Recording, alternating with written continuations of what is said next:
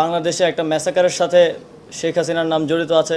আমরা সিস্টেমটাকে ঢেলে সাজাচ্ছি। বাংলাদেশের কোনো প্রতিষ্ঠানের নামই শেখ হাসিনার নামের সাথে রাখতে চান না বাংলাদেশের ছাত্র আন্দোলন সমন্বয়কারী। তাদের মতে যেহেতু শেখ হাসিনার নামের সাথে ম্যাসাকারের বিষয়টা জড়িত আছে, সেহেতু তার নামে কোনো প্রকার প্রতিষ্ঠানের নাম হতে পারে না। তাই যতগুলো প্রতিষ্ঠানের নাম শেখ হাসিনার নামের উপর আছে সবগুলোর নাম পরিবর্তন করতে হবে এবং ধীরে ধীরে সেটা করাও হবে।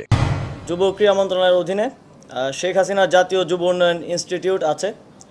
আমরা এটার নাম পরিবর্তন করতে চাই, যেহেতু বাংলাদেশে একটা ম্যাসাকারের সাথে শেখ হাসিনার নাম জড়িত আছে এবং হাজার সহস্র ছাত্র জনতা মারা গিয়েছে।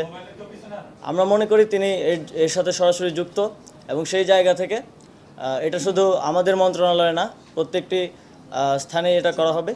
তো শেখ হাসিনা জাতীয় যুব উন্নয়ন ইনস্টিটিউটের নামটা আমরা পরিবর্তন করে বাংলাদেশ জাতীয় যুব উন্নয়ন ইনস্টিটিউট করছি এবং এই বিষয়ে প্রসেস চলমান থাকবে এবং দ্রুতই এটা কমপ্লিট হবে।